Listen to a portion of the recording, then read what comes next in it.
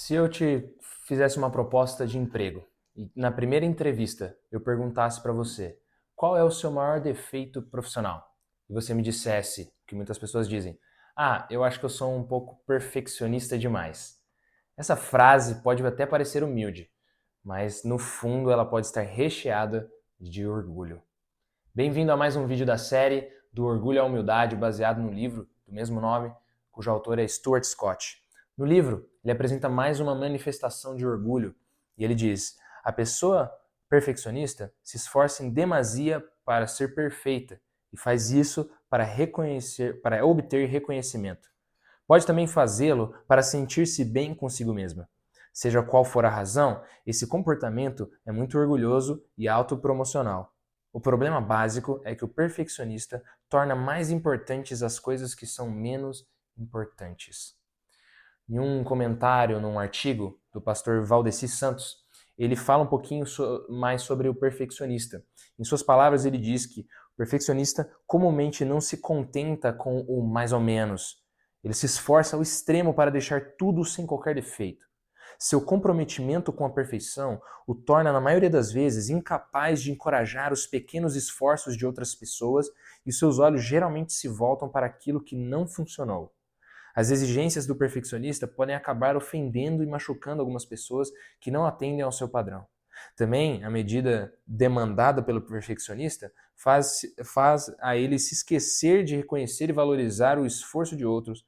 E quando isso acontece, no ambiente familiar da igreja, por exemplo, o resultado é sempre negativo.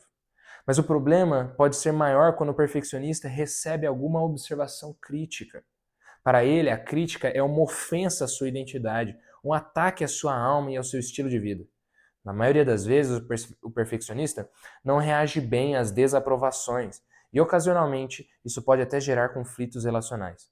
A princípio, pode até parecer que o perfeccionista recebeu muito bem a censura feita a ele, mas o fato é que ele geralmente internaliza e reflete minuciosamente naquilo que foi dito, repassando a cena em sua mente uma centena de vezes, a ponto de se sentir magoado e profundamente ofendido com o que lhe foi dito.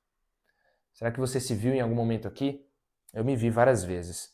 O ponto aqui, de forma prática, é que o perfeccionista é aquela pessoa que serve de forma perfeita, mas muitas vezes com o intuito de ser elogiado.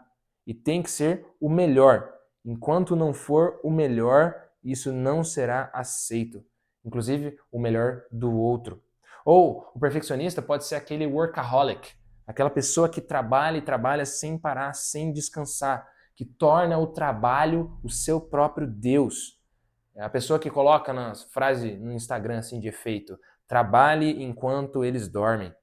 É aquela pessoa que não tira férias talvez há 3 anos e se orgulha disso. Quantas vezes é uma pessoa que chega em casa do trabalho cansado e vai fazer outras coisas, ao invés de estar com a família? Ou é a pessoa que se sente péssima ao receber uma nota baixa ou um comentário negativo e torna isso, o estudo ou a excelência, o seu Deus e fica remoendo aquele comentário negativo.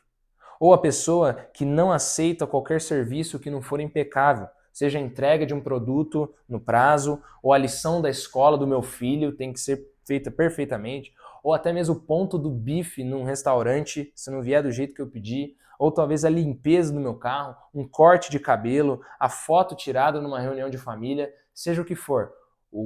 Todas essas atitudes refletem orgulho no nosso coração. Um exemplo de orgulho na Escritura são os fariseus e escribas.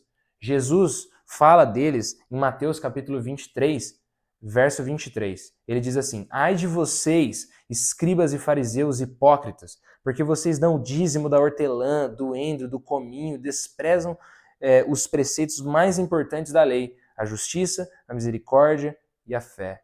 Mas vocês deviam fazer essas coisas sem omitir aquelas. Guias cegos, com um mosquito, mas engolem um camelo. Quando Jesus faz esse comentário acerca dos fariseus e dos escribas, ele está dizendo que eles eram perfeccionistas no sentido negativo, de que eles eram orgulhosos, que faziam minuciosamente coisas pequenas da lei, dando maior importância àquilo que era menor e exterior e dando menos importância ao essencial da lei, que era a misericórdia, a justiça e a fé, escondendo atrás da sua capa de religiosos um corpo imundo e podre de pecado. Quem eram os fariseus e escribas? Primeiro, eles eram um grupo religioso muito influente na época de Jesus. E eles eram muito moralistas, vivendo às custas, do ensino do povo e da obediência minuciosa da lei. Eles ensinavam o Antigo Testamento nas sinagogas e eles comentavam sobre o Antigo Testamento e escreviam doutrinas acerca do que se era lido na Escritura. Mas o que eles faziam na prática também eram orações públicas feitas em voz alta para que todos ouvissem que eles estavam orando o tempo todo e mexiam o corpo e oravam de forma contundente para que as pessoas notassem suas orações. Eles faziam jejuns no mínimo 2 vezes por semana e se orgulhavam disso. Faziam ofertas regulares no templo e nas sinagogas e estavam sempre buscando a pureza cerimonial, não tocar em alimentos impuros ou em pessoas impuras, e impunham sempre um fardo enorme sobre os ombros de outras pessoas que não guardavam tanto a lei ou os rituais exteriores como eles guardavam. Jesus desmascara esses homens, revelando orgulho no seu interior. O próprio Jesus diz, um pouco mais para frente, que eles, no versículo 27, que eles eram como sepulcros pintados de branco, ou sepulcros caiados. O que é um sepulcro caiado? Seria revestido de cal, um sepulcro embelezado, um caixão reforçado. Eram bonitos por fora, atraentes, chamativos, belos, mas por dentro carregavam ossos podres. É assim que Jesus chama eles. O ponto aqui é que esses homens perfeccionistas nada mais, nada menos eram do que orgulhosos e soberbos. A solução para o orgulho do nosso coração não é a gente parar de ser minucioso e não tentar fazer as coisas com excelência e virar um preguiçoso. Isso pode revelar um outro extremo do orgulho. A solução para o nosso orgulho é o arrependimento. É reconhecer que somos orgulhosos e nos humilhar perante a bondosa mão de Deus. A humildade é o contrário do perfeccionismo, porque o perfeccionista pensa demais acerca de si mesmo. O humilde é aquele que pensa menos em si mesmo. A gente pode começar tratando o orgulho, trocando o perfeccionismo pela diligência. Qual é a diferença, Raul, entre perfeccionismo e diligência? O perfeccionista, ele está sempre fazendo além do necessário para impressionar. O diligente faz o seu melhor dentro das suas limitações e apenas o necessário e suficiente para fazer um bom trabalho. O perfeccionista, ele dá importância desproporcional, um empenho exagerado naquilo que não tem tanto valor assim. O diligente, ele dá a devida importância, ele impõe esforço e empenho proporcional ao valor daquela atividade. E por fim, mais importante, o perfeccionista, ele faz as coisas para si mesmo, porque ele acha que merece. O diligente faz as coisas para Deus, porque ele merece. Como então eu vou saber aquilo que é mais importante e menos importante na minha vida? Para eu dar o devido valor ou o valor proporcional, àquilo que tem valor, dar o meu esforço de forma proporcional. Você pode começar fazendo uma lista de prioridades na sua vida. A primeira prioridade, é claro, o seu relacionamento com Deus. Empenhar-se no seu relacionamento com Deus é vital para tudo mais na sua vida. Esse deve ser o número 1 na lista, um topo. Em segundo lugar, a sua família. Negligenciar a família em prol do trabalho é trocar o grau de importância. Então, dar atenção à nossa família, em primeiro lugar ao nosso cônjuge, depois aos nossos filhos, aos nossos pais, aos nossos irmãos e aos nossos parentes, essa é a lista de prioridades. Em terceiro lugar, dar atenção ao seu trabalho e à sua igreja local. Eles vêm depois, um degrau abaixo. E por fim, outras atividades. O diligente consegue colocar todas essas prioridades na ordem certa. O perfeccionista geralmente está invertendo essas ordens. Mas o maior exemplo de diligência e humildade na Escritura não podia ser outro.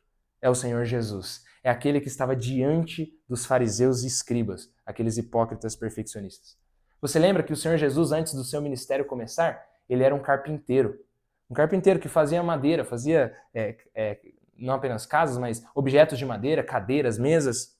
Em nenhum momento Jesus deixou de aplicar esforços para entregar os produtos no prazo e para fazer com perfeição. Mas ele não dava mais atenção para o seu trabalho quando ele estava em família. Ele dava também atenção para a sua família, e para a sua comunidade local. Ele conseguia colocar a ordem de prioridade.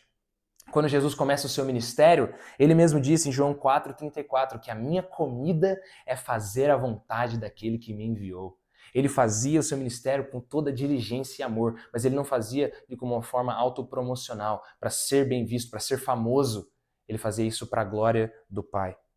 E na cruz, Jesus provou ser humilde e diligente, porque quando ofereceram para Jesus lá, pendurado no madeiro, uma esponja com vinho e fel, o próprio Jesus não bebeu aquele vinho e fel, porque aquela bebida ia ser como se fosse, ia amortecer a dor que ele estava sentindo, e Jesus tinha que ser um sacrifício perfeito, teria que passar por toda a dor. Ele foi perfeito e diligente no seu propósito de glorificar o Pai e salvar a mim e a você, pecadores.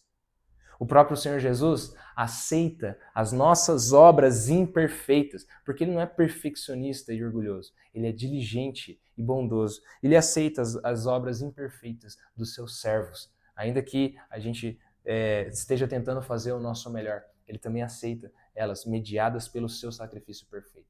Quem é mais humilde do que o Senhor Jesus Cristo? Que ele nos dê a sua graça de termos o mesmo modo de pensar e de agir de Cristo Jesus, que mesmo existindo na forma de Deus, não considerou ser igual a Deus algo que deveria ser retido a qualquer custo. Pelo contrário, ele se esvaziou, assumindo a forma de servo, tornando-se semelhante aos seres humanos, e reconhecido em figura humana. Ele se humilhou, tornando-se obediente até a morte, e morte de cruz. Que Deus te abençoe. Até o próximo vídeo.